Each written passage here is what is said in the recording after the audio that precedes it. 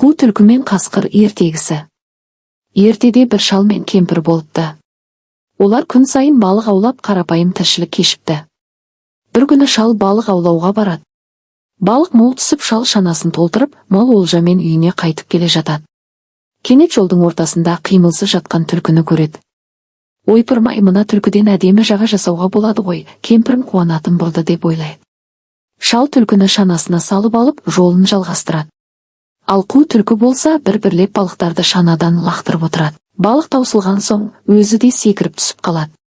Шал үйіне жетеді. «Әй, кемпір, сүйінші, саған қызыл түлкі әкелдім» дейді. Бірақ шанасына қараса, балық та жоқ, түлкі де жоқ. Шал қатты ұялып қалады.